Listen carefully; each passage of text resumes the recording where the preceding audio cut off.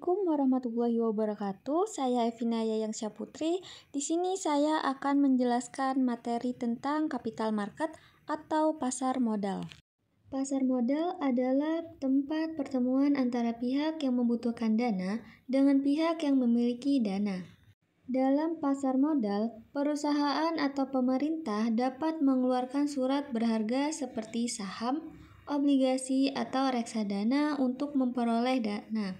Sementara investor membeli surat berharga tersebut sebagai sarana investasi dengan harapan mendapatkan keuntungan. Pasar modal terbagi menjadi beberapa jenis berdasarkan instrumen yang diperdagangkan dan jenis transaksi yang dilakukan. Pertama, pasar primer, dan kedua, pasar sekunder. Pasar modal juga memiliki berbagai instrumen yang dapat diperdagangkan, antara lain saham, bukti kepemilikan terhadap suatu perusahaan. Kedua, obligasi, yaitu surat utang yang diterbitkan oleh perusahaan atau pemerintah dengan kewajiban untuk membayar kembali pokok utang pada waktu yang telah ditentukan serta memberikan bunga secara periodik.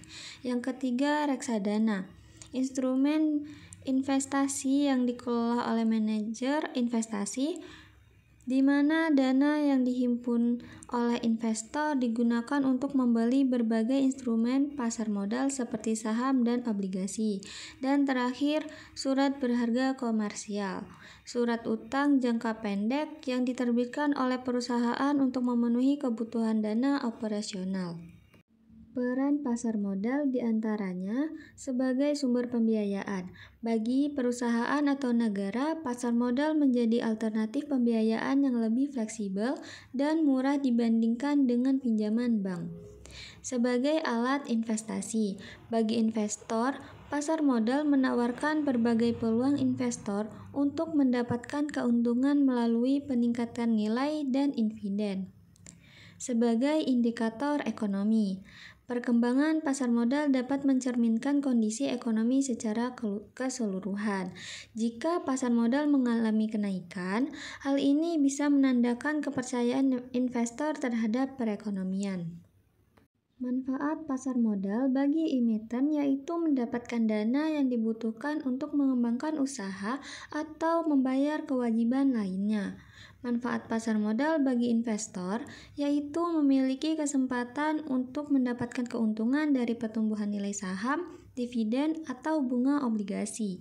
Dan manfaat pasar modal bagi ekonomi yaitu mendorong pertumbuhan ekonomi dengan menyediakan sumber pendanaan untuk mengembangkan infrastruktur, perusahaan, dan proyek-proyek.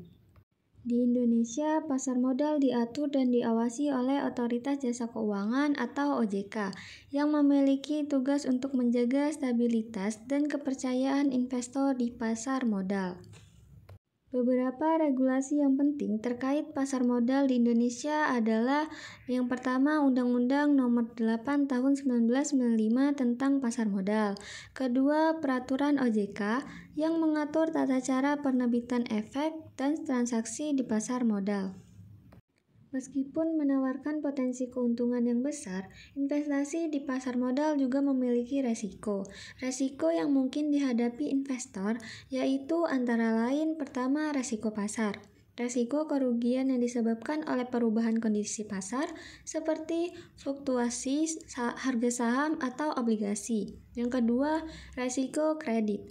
Resiko bahwa penerbit obligasi gagal membayar kembali pokok dan bunga utang yang dijanjikan. Yang ketiga, resiko likuiditas, yaitu resiko bahwa investor sulit menjual sekuritas karena kurangnya permintaan di pasar.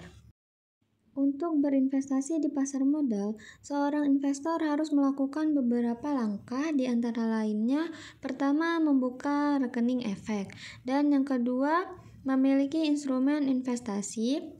Yang ketiga, melakukan transaksi melalui platform yang tersedia oleh perusahaan. Yang keempat, pemantauan perkembangan pasar dan kinerja portofolio secara berkala. Dapat kita simpulkan bahwa pasar modal memainkan peran yang sangat penting dalam perekonomian modern dengan menyediakan sarana bagi perusahaan untuk mendapatkan dana dan bagi investor untuk menambah kekayaan. Meski menawarkan potensi keuntungan yang besar, pasar modal juga memiliki resiko yang perlu diperhatikan. Nah, oleh karena itu, pemahaman yang baik tentang pasar modal sangat penting sebelum memutuskan untuk berinvestasi. Sekian materi yang dapat saya sampaikan, kurang lebihnya saya mohon maaf. Terima kasih. Wassalamualaikum warahmatullahi wabarakatuh.